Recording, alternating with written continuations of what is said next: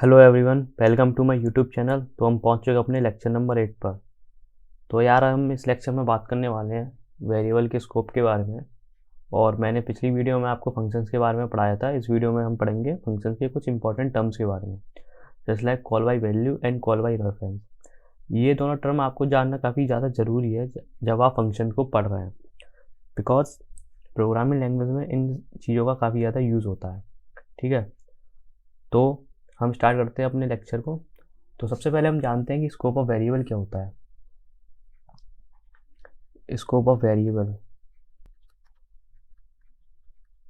तो scope of variable का मतलब इतना है कि हम वेरिएबल को कहाँ तक एक्सेस कर पा रहे हैं।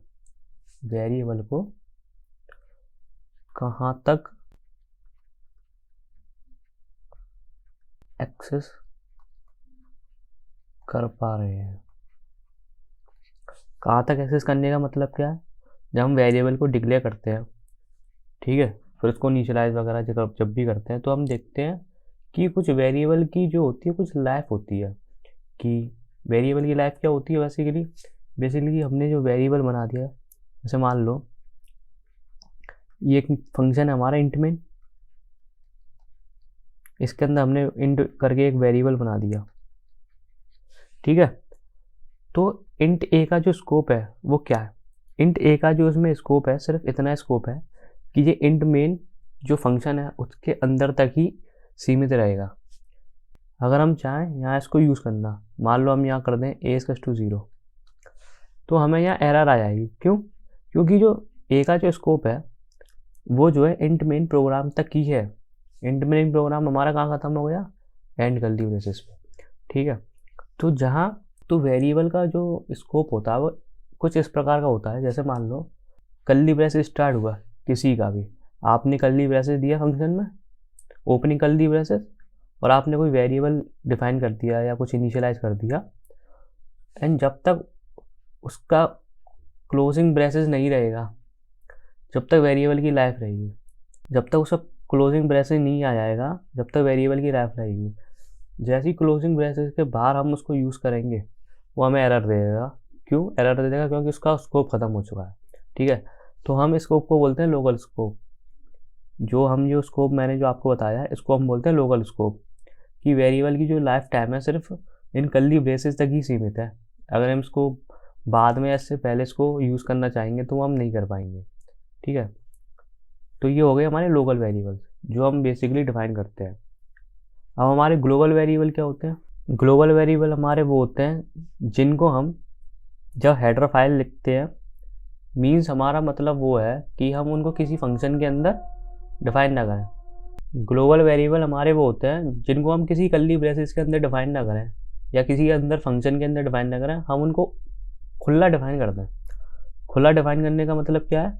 कि हम प्रोग्राम के सबसे टॉप पे उसे डिफाइन कर दें। जैसे ही हेडर फाइल दें, हेडर फाइल के बाद ही हम सीधे उस वेरिएबल को इनिशियलाइज और डिक्लेयर कर दें, वो होते हैं हमारे ग्लोबल वेरिएबल। ठीक है, मैंने आपको दो वेरिएबल बताए, लोकल वेरिएबल और global variable. Local variable and global variable.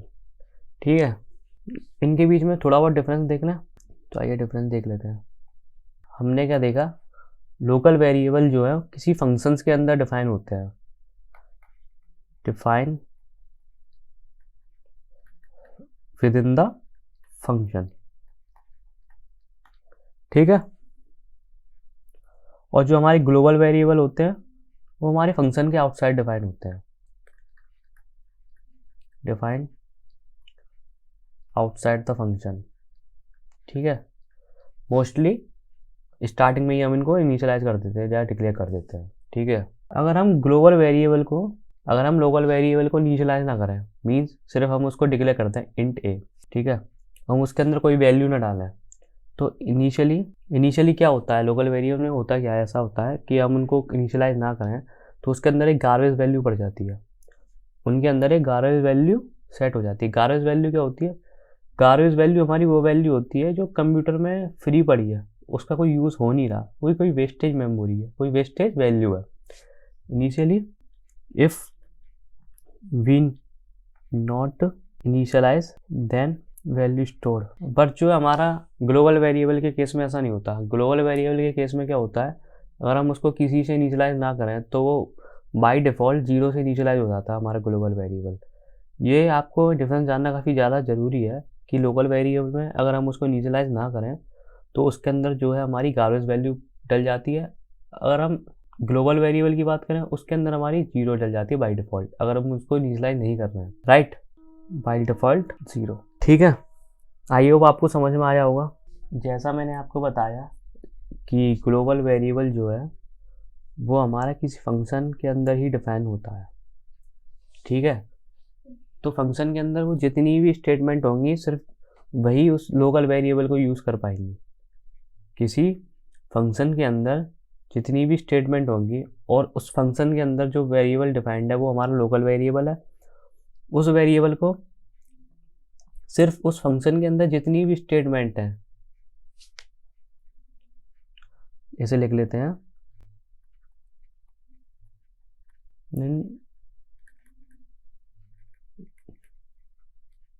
The function only used that type of right. But global variable में क्या होता है, ग्लोबल वेरिएबल को हम प्रोग्राम के अंदर कहीं भी यूज़ कर सकते हैं, किसी भी स्टेटमेंट में यूज़ कर सकते हैं। आपको आई होप समझ में आया होगा लोकल वेरिएबल और ग्लोबल वेरिएबल में अंदर क्या है। लोकल वेरिएबल उसका कुछ मिनिमम स्पेस होता है, कुछ स्पेसिफिक स्पेस होता है कि हाँ भाई इतना हमने डिफाइन कर दिया तो बस इतना ही वो उसका स्कोप रहेगा, उससे आगे हम उसको यूज़ नहीं कर पाएंगे, ठीक है। बट ग्लोबल वेरिएबल के केस में क्या होता है, ग्लोबल वेरिएबल हम ऑल ओवर द प्रोग्राम कहीं भी यूज़ कर सकते हैं, बस उसे एक बार हमको डिफाइन करना है, ठीक है। Any statement of global variable. तो आपको लोकल वेरिएबल और ग्लोबल वेरिएबल के आर में एक आपको काफ़ी अच्छी पिक्चर मिल गई होगी कि लोकल वेरिएबल क्या होता है और ग्लोबल वेरिएबल क्या होता है। ये सब मैं आप प्रोग्राम में करके दिखाऊंगा कि कैसे लोकल वेरिएबल हमारा ग्लोबल वेरिएबल वर्क कर रहा है, ठीक है।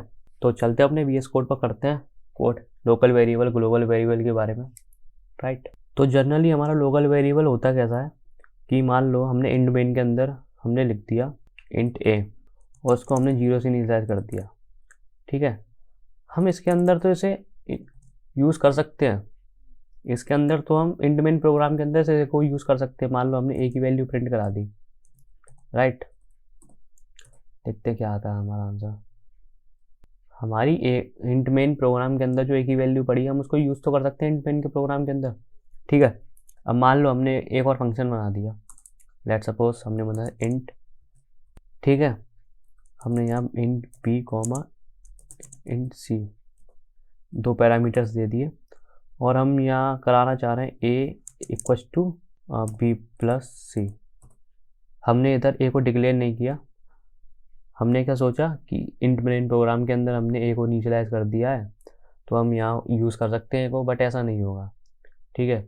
क्योंकि ए का जो स्कोप है वो इंट मेन फंक्शन के अंदर ही है, हम उसको ऐड फंक्शन के अंदर यूज़ नहीं कर सकते। आपको ये एरर दे देगा, मैं आपको अभी चला के दिखाता हूँ। देखा, A is bar not declare in this scope, इस स्कोप के अंदर तो हमारा ए प्रेजेंट है ही नहीं, हमने कैसे यूज़ कर लिया, राइट। तो ये था हमारा लोकल स्कोप, ठीक है, लोकल स्कोप ये था। अब मान लो हम ग्लोबल स्कोप बनाना चाह रहे हैं, मैंने क्या बताया आपको, हेडर फाइल के तुरंत बाद उसको इनिशियलाइज कर दो, किसी फंक्शन को छोड़कर ए को प्रोग्राम में इनिशियलाइज कर दो। मेनली क्या करो, स्टार्टिंग में उसको इनिशियलाइज कर दो। हमने यहाँ डाल दिया int A. By default global variable की वैल्यू इनिशियलाइज किससे होती है, 0 से। तो अभी ए के अंदर जो वैल्यू पड़ी होगी वो 0 पड़ी होगी और हम यहाँ से उसको हटा देते हैं, राइट।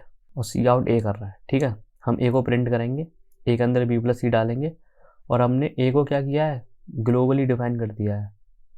देखा, ये ग्लोबली है, किसी फंक्शन के अंदर यूज़ नहीं किया मैंने ए को, किसी फंक्शन के अंदर मैंने डिक्लेयर नहीं किया, मैंने ग्लोबली किया है। हेडर फाइल के बाद नेम स्पेस के बाद मैंने ए को इनिशियलाइज कर दिया, किसी फंक्शन के अंदर नहीं किया डिक्लेयर, ठीक है। इनिशियलाइज किससे हुआ है, 0 से, क्योंकि बाई डिफ़ॉल्ट ग्लोबल वेरिएबल है, मैंने आपको अभी बताया 0 से इनिशियलाइज होगा। अब इस प्रोग्राम को एक बार चला के देखते हैं, ठीक है। तो ए की वैल्यू अभी 0 प्रिंट होगी क्योंकि हम फंक्शन को कॉल नहीं कर रहे हैं, तो इसके अंदर बी प्लस सी जाएगा नहीं। तो एक बार फंक्शन को कॉल कर लेते हैं, इसे हम वॉइड कर लेते हैं फंक्शन को, क्योंकि हम इसमें से कुछ रिटर्न कराएंगे नहीं, ए के अंदर ही स्टोर करा रहे हैं, ठीक है। तो फंक्शन कॉल करते हैं ऐड हम कराना चाह रहे हैं 3,5 का ऐड, ठीक है, और ए को प्रिंट करा रहे हैं क्योंकि ए के अंदर ए हमारा ग्लोबल वेरिएबल है, उसके अंदर हमने दो वेरिएबल का सम स्टोर करा रखा है, ठीक है। अब इसको एक बार चला के देखते हैं। तो देखा, तो हमारा 8 प्रिंट हो चुका है। 8 कैसे प्रिंट हुआ? सबसे पहले क्या हुआ, फंक्शन चला, मेन फंक्शन से चलेगा हमारा प्रोग्राम, ऐड फंक्शन चला, हमने कॉल कर रखा है 3 और 5, 3 और 5 का जो सम था वो ए में स्टोर हो गया। ये क्या है हमारा ग्लोबल वेरिएबल, ठीक है, ग्लोबल वेरिएबल है, फिर हमने उसको प्रिंट करा दिया। तो आपने देखा ग्लोबल वेरिएबल को हम मिंट पेन प्रोग्राम के अंदर भी यूज़ कर पा रहे हैं, और एक हमने जो यूजर डिफाइंड फंक्शन बना रखा है वॉइड ऐड करके उसके अंदर भी यूज़ कर पा रहे हैं। तो ये थे हमारे scope of variable. Scope of variable बस इतना ही होता है, अगर अब मान लो कि हम लोकल वेरिएबल का ग्लोबल वेरिएबल का नाम सेम कर दें, हम नेम दोनों का सेम कर दें, ग्लोबल वेरिएबल का और लोकल वेरिएबल का, तो क्या होगा? तो कुछ नहीं होगा यार, जो प्रायोरिटी होगी ना वो लोकल वेरिएबल को मिलेगी। क्यों लोकल वेरिएबल को क्यों मिलेगी? मान लो हमने लोकल वेरिएबल में यहाँ ए यूज़ किया और इसको ही हम यहाँ डिफाइन कर रहे हैं, तो डिफाइन करने का मतलब क्या है कि हम उस ब्रैकेट के अंदर उसे डिफाइन कर रहे हैं, तो उसका प्रेसिडेंस ज़्यादा होगा, ठीक है ना, ठीक है। और मान लो कोई आदमी है, उसकी वैल्यू उसके घर में ज़्यादा होगी नहीं होगी? मान लो एक राजा है, एक आदमी है, तो उसके घर के अंदर उस आदमी की वैल्यू ज़्यादा होगी ना राजा से, चाहे राजा और आदमी का नाम भले ही सेम हो, उसके घर वाले अपने जो फैमिली मेम्बर्स को ज़्यादा मानेंगे ना। तो वही सेम केस इसमें है कि भाई ग्लोबल वेरिएबल चाहे सेम नेम और ग्लोबल वेरिएबल सेम नेम के डिफाइंड हो, बट होगा क्या कि जब हम यूज़ करेंगे, जिस फंक्शन में हम यूज़ कर रहे हैं उस फंक्शन में सेम नेम से अगर लोकल वेरिएबल भी है, तो क्या होगा, लोकल वेरिएबल को प्रायोरिटी मिलेगी, ठीक है, ग्लोबल वेरिएबल को नहीं मिलेगी, लोकल वेरिएबल को प्रायोरिटी मिलेगी। तो लेट्स सपोज का एग्जांपल देख लेते हैं कि मान लो हमने ए डिफाइन किया, इसको 21 से इनिशियलाइज कर देते हैं, ठीक है, एंड अभी ये हटाते हैं, दोबारा डिफाइन करके उसको इनिशियलाइज करते हैं 22 से, ठीक है। अब क्या करते हैं, हम क्या करते हैं, ए को एक बार बढ़ा देते हैं, ए को हमने बढ़ा दिया, पोस्ट इंक्रीमेंट कर दिया, और अब देखते हैं ए की वैल्यू प्रिंट करा कर, सी आउट है। इस वीडियो को पॉज करो और कमेंट करके बताओ कि ए की वैल्यू क्या आने वाली है, ए की वैल्यू क्या आने वाली है, कमेंट करके मुझे बताएं, ठीक है। चलो इस प्रोग्राम को एक बार रन करते हैं। मैं आपको बता दूं ए की वैल्यू जो है वो 23 आने वाली है, ठीक है। तो देखा हमारी ए की वैल्यू जो है वो 23 आ गई। 23 कैसे आई? ए को जब हमने लोकल वेरिएबल बनाया इंट मेन प्रोग्राम के अंदर, तो मेन प्रोग्राम में लोकल वेरिएबल की वैल्यू ज़्यादा होगी, भले ही वो सेम नेम के ग्लोबल वेरिएबल से, क्योंकि उस फंक्शन का वो मेम्बर है, उस फंक्शन का एक वो मेम्बर है, उसकी वैल्यू ज़्यादा होगी। तो यहाँ क्या हुआ, यहाँ ए की वैल्यू जो लोकल वाली थी वो यूज़ हुई, ग्लोबल वेरिएबल की वैल्यू यूज़ नहीं हुई। जो ए की वैल्यू थी 22 वो यूज़ हुई, उसको एक इंक्रीमेंट मिला, एंड देन वो प्रिंट हुआ 23, ठीक है, दैट सिंपल। अब बात करते हैं अपने call by reference and call by value के बारे में, ठीक है। Call by reference and call by value. तो कॉल बाई रेफरेंस और कॉल बाई वैल्यू को जानने से पहले एक छोटी सी चीज़ समझ लेते हैं हम, कि मैंने आपको पैरामीटर्स के बारे में बताया था, ठीक है। पैरामीटर्स भी हमारे दो टाइप के होते हैं। कौन कौन से? पैरामीटर्स हमारे दो टाइप के होते हैं, फॉर्मल पैरामीटर्स और एक्चुअल, ठीक है। तो फॉर्मल पैरामीटर्स और एक्चुअल पैरामीटर्स होते क्या हैं हमारे? तो यार हमारे फॉर्मल जो पैरामीटर्स वो होते हैं जब हम फंक्शन को डिफाइन करते हैं, जब हम फंक्शन को बनाते हैं, उसके अंदर हम जो पैरामीटर्स देते हैं, मान लो हमने कोई फंक्शन बनाया इंट ऐड, उसके अंदर हमने दो पैरामीटर दे दिए, int A and int B, right. तो ये जो है हमारे फॉर्मल पैरामीटर्स है, ठीक है, ये हमारे फॉर्मल पैरामीटर्स है। जब हम फंक्शन को डिफाइन करते हैं उसके अंदर हम जो पैरामीटर्स देते हैं वो हमारे फॉर्मल पैरामीटर्स होते हैं। अब एक्चुअल पैरामीटर्स की बात करें, एक्चुअल पैरामीटर्स कौन से होते हैं हमारे? जब हम फंक्शन को कॉल करते हैं ना, मान लो हम इंट मेन फंक्शन के अंदर है और हमने ऐड फंक्शन को कॉल किया, ऐड, एंड देन उसके अंदर हमने यहाँ जो बना रखे हैं इंट सी डी करके, उनको हमने दिया, सी कॉमा डी। तो सी और डी ये क्या है हमारे एक्चुअल पैरामीटर। एक्चुअल का मतलब ये है कि एक्चुअली किस पर हमारा फंक्शन वर्क करने वाला है, किस पैरामीटर्स पे, किस वैल्यू पे हमारा फंक्शन वर्क करने वाला है। और फॉर्मल पैरामीटर्स वो होते हैं जब हम फंक्शन को डिफाइन करते हैं कि हाँ इसकी जगह एक्चुअल की वैल्यू डलने वाली है, कि फंक्शन की जब हम डेफिनेशन देते हैं वो हमारी फॉर्मल पैरामीटर्स होते हैं। ठीक है, इतना आपको आई होप क्लियर हो गया होगा फॉर्मल एक्चुअल क्या होता है। जब हम फंक्शन को डिफाइन करते हैं उसके अंदर हम जो वेरिएबल डालते हैं वो हमारे फॉर्मल होते हैं, एंड जब हम फंक्शन को कॉल करते हैं उसके अंदर हम जो वेरिएबल डालते हैं वो हमारे एक्चुअल होते हैं। ठीक है, इतना ही होता है हमारा पैरामीटर्स के बारे में, फॉर्मल और एक्चुअल के बारे में। ठीक है, अब बात करते हैं हमारे pass by value, pass by reference क्या होता है।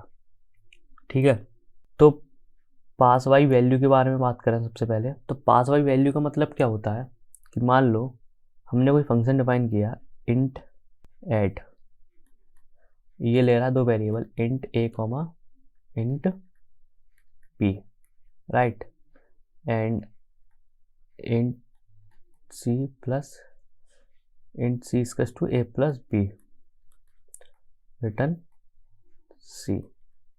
ये हमारा एक प्रोग्राम है। ठीक है, तो पास बाई वैल्यू का यहाँ मतलब ऐसा है कि ये तो वेरिएबल है ना, जब हम फंक्शन कॉल करते हैं, मान लो हमने इंट मेन फंक्शन बनाया एक, उसके अंदर हमने जो वेरिएबल डाले int C comma D, and हमने फंक्शन कॉल कर दिया ऐड सी कॉमा डी। तो क्या होगा इधर, क्या होगा सी और डी की जो वैल्यू है वो ए और बी में कॉपी हो जाएगी। तो मतलब क्या होगा, सी और डी भी हमारे वेरिएबल हो जाएंगे, ए एंड बी भी वेरिएबल हो जाएंगे। फिर हमारे ऐसे करके हो गए 4 वेरिएबल। ये कैड फंक्शन में हो गए वेरिएबल, इनकी कॉपी क्रिएट हो गई। कि मान लो इनकी क्या हुई, कॉपी क्रिएट हो गई। कॉपी क्रिएट होने का मतलब क्या, सी की एक कॉपी बनी उसका नाम बन गया ए, एंड डी की एक कॉपी बनी उसका नाम बन गया बी। ठीक है, अगर मान लो इसकी जगह ए एंड बी भी होते तो क्या होते, यहाँ ए एंड बी की एक कॉपी बनती और इसमें इन ए और बी की कॉपी बनकर वो इधर चली जाती। ठीक है, तो हम फंक्शन में कुछ भी चेंज कर रहे होते ए एंड बी में, वो हमें यहाँ रिफ्लेक्ट नहीं करता, वो हमें यहाँ रिफ्लेक्ट नहीं करता, यहाँ चेंज नहीं होता, क्योंकि इसकी कॉपी क्रिएट हुई है। कि मान लो ए और बी की एक कॉपी क्रिएट हुई, इस फंक्शन में कॉपी हो गई वो, राइट, तो फंक्शन में कॉपी हो गई, तो अब इसका इनसे क्या हुआ, कनेक्शन कट गया। वो ए और बी को यूज़ नहीं कर रहा, वो कॉपी को, इनकी कॉपी को यूज़ कर रहा है, इनकी कॉपी को यूज़ कर रहा है। तो इन कॉपी में जो भी बदलाव होगा वो एक्चुअल वैल्यू में रिफ्लेक्ट नहीं करेगा। मैं आपको अभी एक प्रोग्राम करके दिखाऊंगा और ज़्यादा आपको क्लैरिफिकेशन हो जाएगी इसके बारे में। पास बाई वैल्यू ऐसे वर्क करती है। चलो इसके ऊपर एक प्रोग्राम बना लेते हैं। ठीक है, कॉल बाई वैल्यू, राइट। तो सबसे पहले दो वेरिएबल बना लेते हैं। इंट ए को हम 2 से इनिशियलाइज कर देते हैं, एंड इंट बी को हम 3 से इनिशियलाइज कर देते हैं। ठीक है, एक फंक्शन बनाते हैं void, ये कुछ रिटर्न नहीं करेगा, ये दो वेरिएबल लेगा इंट ए कॉमा इंट, मान लो इसका फंक्शन का नाम रख दीजिए हमने इंक्रीमेंट रख देते हैं, इंक्रीमेंट। हम ए और बी की वैल्यू को क्या करेंगे, increment, right, int A comma int B.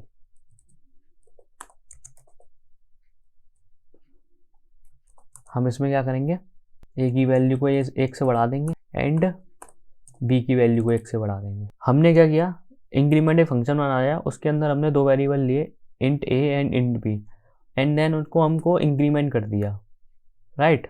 ये हमें क्या करना चाहिए, हम क्या सोच रहे हैं, ए की वैल्यू 3 हो जाए, बी की वैल्यू क्या हो जाए हमारी 4।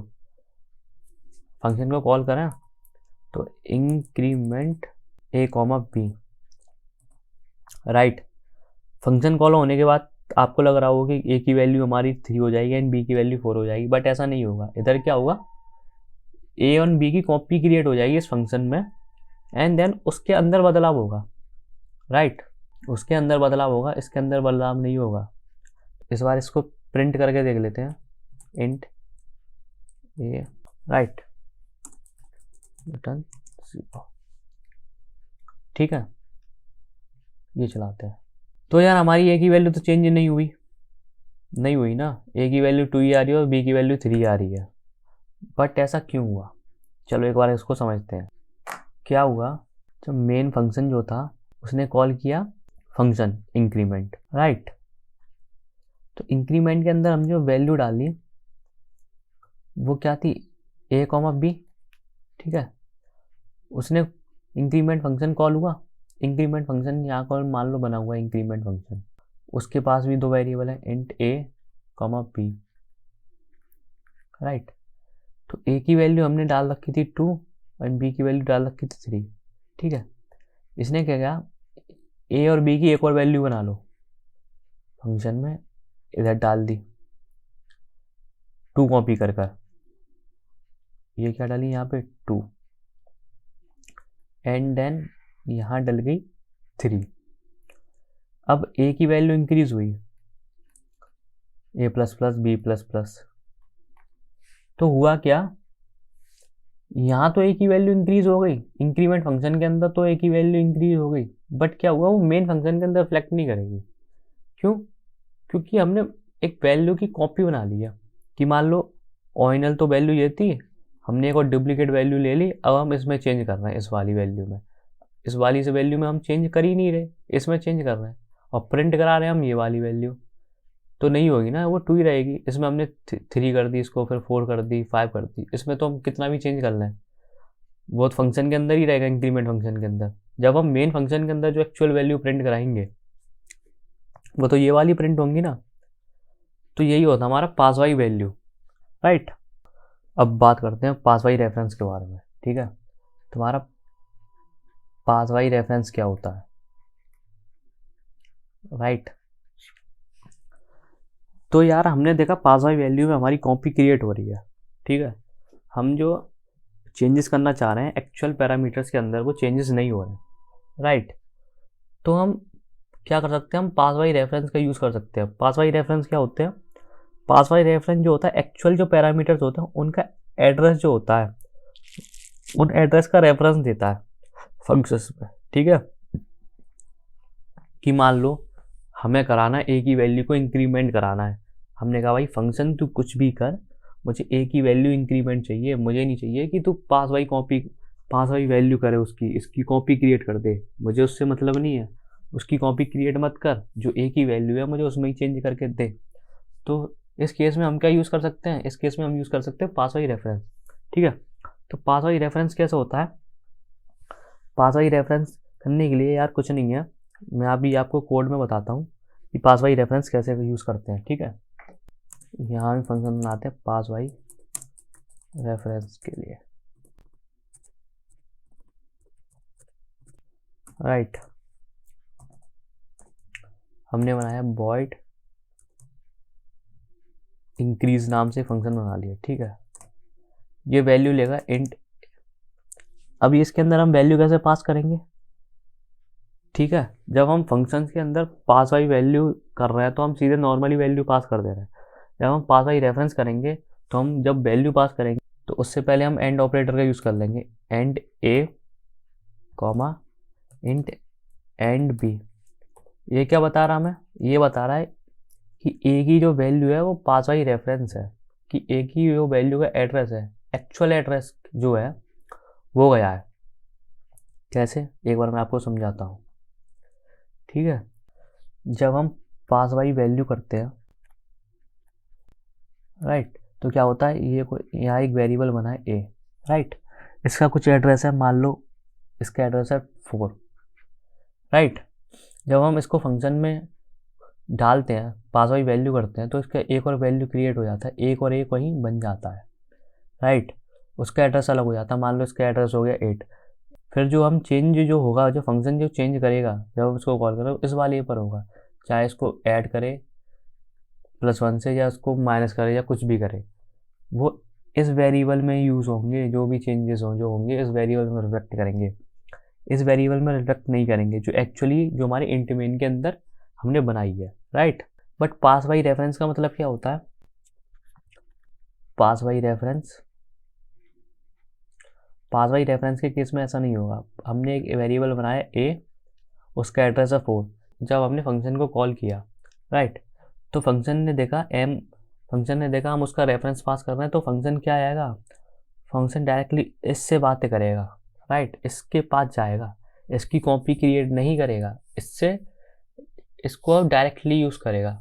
मान लो हमने ए की वैल्यू यहाँ 1 कर रखी है, राइट, हमने इसको पास बाई रेफरेंस किया, फंक्शन ने इसकी वैल्यू कर दी 5, तो अब एक्चुअल इसकी वैल्यू क्या हो जाएगी 5, राइट, 1 नहीं होगी, इसकी वैल्यू अब एक्चुअली 5 हो जाएगी। हमने ओरिजिनल वैल्यू में चेंजेस कर दिए, वो हमारी होती है पास बाई रेफरेंस, इसकी कॉपी क्रिएट नहीं हुई हमारे पास। इसमें क्या क्या हो रहा था, पास बाई वैल्यू में हमने फंक्शन कॉल किया, उसने देखा ए है तो ए की एक कॉपी क्रिएट हुई, अलग उसने मेमोरी स्पेस ले लिया, देन उसके अंदर उसने चेंजेस किए, ओरिजिनल में रिफ्लेक्ट यहाँ कुछ रिफ्लेक्ट हुआ ही नहीं। पास बाई रेफरेंस में क्या होगा, एक अलग मेमोरी एलोकेट नहीं होगी उस वेरिएबल के लिए, वो सेम जो मेमोरी है, सेम मेमोरी में जो वेरिएबल पड़ा है और उसकी से जो सेम वैल्यू है उसको यूज़ करेगा, एंड देन उसमें जो इंक्रीमेंट जो भी ऑपरेशन उसे करने होंगे देन वो परफॉर्म करेगा, राइट। इतना ही होता है हमारा पास बाई रेफरेंस। तो पास बाई रेफरेंस को हम कैसे करते हैं, पास बाई रेफरेंस हमारा उसके आगे एक एंड ऑपरेटर आ जाता है, ये हमारा पास बाई रेफरेंस, ठीक है। हमने यहाँ क्या कर दिया, A plus plus and then B plus plus, right. मैं आपको इंक्रीज फंक्शन जो है उसको कॉल करता हूँ, इंक्रीज, उसके अंदर हमने वैल्यू डाल दी ए कॉमा बी, राइट। यहाँ हम चेक डाल देते हैं, पास बाई वैल्यू, राइट, यहाँ डाल देते हम, करने के बाद इन दोनों को कॉपी कर लेते हैं, राइट। ये हम कॉपी कर लेते हैं, कंट्रोल सी, राइट। इसे कर देते हैं हम call by reference, call by ref, ठीक है। तो देखते हैं हमारी क्या वैल्यू प्रिंट आती है, ठीक है। हमने जब कॉल बाई रेफरेंस किया उसके अंदर हमने ए और बी की जो एक्चुअल वैल्यू थी ओरिजिनल वैल्यू में चेंज होंगे, तो ए की वैल्यू जो होगी वो क्या होगी, वो 3 हो जाएगी, एंड बी की वैल्यू 4 हो जाएगी। एक बार इसे चला के देखते हैं, एक मिनट, इसके अंदर एक न्यू लाइन भी डाल देते हैं, एंड राइट। तो देखा जब हमने पास बाई वैल्यू किया तो हमारी वैल्यू में कोई चेंजेस नहीं हुए, क्योंकि इसकी कॉपी क्रिएट हुई थी, अलग मेमोरी स्पेस इसको असाइन हुआ एंड देन उसकी कॉपी क्रिएटेड हुई। बट जब हमने कॉल बाई रेफरेंस किया तो हमने देखा जो ओरिजिनल जो मेमोरी स्पेस थी जिसके अंदर जो वेरिएबल की वैल्यू पड़ी थी वो उसके अंदर चेंजेस हुए, जो 2 की वैल्यू थी वो 3 हो गई, 3 की वैल्यू जो हुई वो हमारी 4 हो गई। तो देखा ये होता है हमारे कॉल बाई रेफरेंस और कॉल बाई वैल्यू। जब हमें ओरिजिनल वैल्यू में फंक्शन कॉल करने के बाद ओरिजिनल वैल्यू में चेंजेस चाहिए होते हैं, जब हम पास बाई रेफरेंस करते हैं हमें फ़र्क, और अब जब हम फ़र्क नहीं पड़ रहा कि चेंजेस हो या ना हो तो हम पास बाई वैल्यू करते हैं, मीन्स कॉल बाई वैल्यू करते हैं, ठीक है। एक चीज़ और मैं आपको बता दूं, वन लास्ट थिंग, कि हमारे डिफ़ॉल्ट पैरामीटर और आर्ग्यूमेंट वैल्यू क्या होती हैं। Default parameter argument value, right. मान लो हमने फंक्शन डिफाइन किया, उसके अंदर हमने 4 पैरामीटर्स दिए, बट जब हमने फंक्शन कॉल किया उसके अंदर हमने सिर्फ 2 ही पास किए या 3 ही पास किए पैरामीटर, उससे कम पैरामीटर पास किए, तो क्या वो फंक्शन हमारा वर्क करेगा? फंक्शन तो हमें एरर दे देगा, राइट। जैसे फंक्शन बना लेते हैं, इंट सम, राइट। उसके अंदर हम 3 वेरिएबल बना देते हैं, int A, int B and int C, right. और हम रिटर्न कर रहे हैं तीनों का sum, A plus B plus C, right. हम फंक्शन को कॉल करते हैं cout sum A comma B. क्या ये फंक्शन हमारा चलेगा? क्या ये कोड हमारा चलेगा? पॉज करके एक बार वीडियो में कमेंट करके बताइए, राइट। तो इसे एक बार हम चला के देख लेते हैं। तो ये हमारा फंक्शन नहीं चला। क्यों नहीं चला? क्योंकि जब हमने फंक्शन में 3 पैरामीटर पास किए, जब हमने इंट सम नाम का जो फंक्शन बना उसके अंदर हम 3 पैरामीटर पास किए, बट जब हमने उसे कॉल किया सिर्फ हमने 2 ही पैरामीटर पास किए। तो ये ऐसा कैसे होगा, हमने 3 डिफाइन किए हैं तो 3 ही तो पास करने पड़ेंगे ना। तो यही कंसेप्ट आता है हमारा डिफ़ॉल्ट पैरामीटर डिफ़ॉल्ट आर्ग्यूमेंट का, ठीक है। डिफ़ॉल्ट पैरामीटर डिफ़ॉल्ट आर्ग्यूमेंट क्या होता है कि जब हम वेरिएबल कम पास कर रहे हैं तो हमने जहाँ डिफाइन किया उसके आगे कुछ वैल्यू डाल दो कि बाई डिफ़ॉल्ट अगर हम पास नहीं करते उसकी वैल्यू ये हो जानी चाहिए, राइट। इसकी वैल्यू मान लीजिए हम डालते हैं 4 डाल देते हैं, राइट। बाई डिफ़ॉल्ट सी की वैल्यू इस बार 4 है। अब जब हम फंक्शन कॉल करेंगे, अब इस फंक्शन को हम चलाएंगे तो क्या होगा, A B plus C print होगा। ए और बी की वैल्यू तो हमने इंट फंक्शन में दे रखी है 2 और 3, बट सी की नहीं दे रखी। बाई डिफ़ॉल्ट हमने सी की वैल्यू डाल दी 4। तो जब हमारा समझो प्रिंट होके आएगा वो आएगा 2 + 3 + 4 मीन्स 4 + 3 7 + 2 9। तो हमारा सम 9 प्रिंट होके आ जाना चाहिए।